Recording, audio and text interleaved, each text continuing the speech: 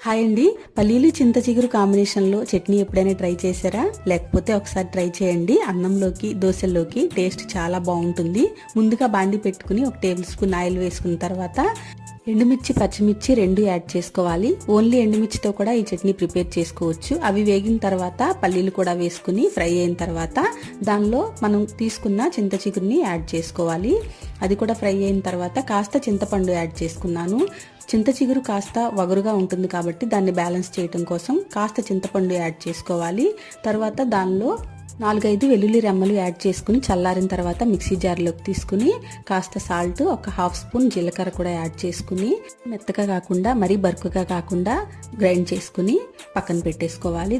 బాండీలో మరి కాస్త ఆయిల్ వేసుకుని తాలింపు పెట్టుకున్న తర్వాత 1/2 స్పూన్ పసుపు, 1/2 స్పూన్ ఇంగువ కూడా వేసుకుని చట్నీలో వేసుకుని మిక్స్ చేసేసుకోవటమే. వేడివేడి అన్నంలోకి తింటే టేస్ట్ సూపర్గా ఉంటుంది. మీరు ఒకసారి ట్రై చేయండి.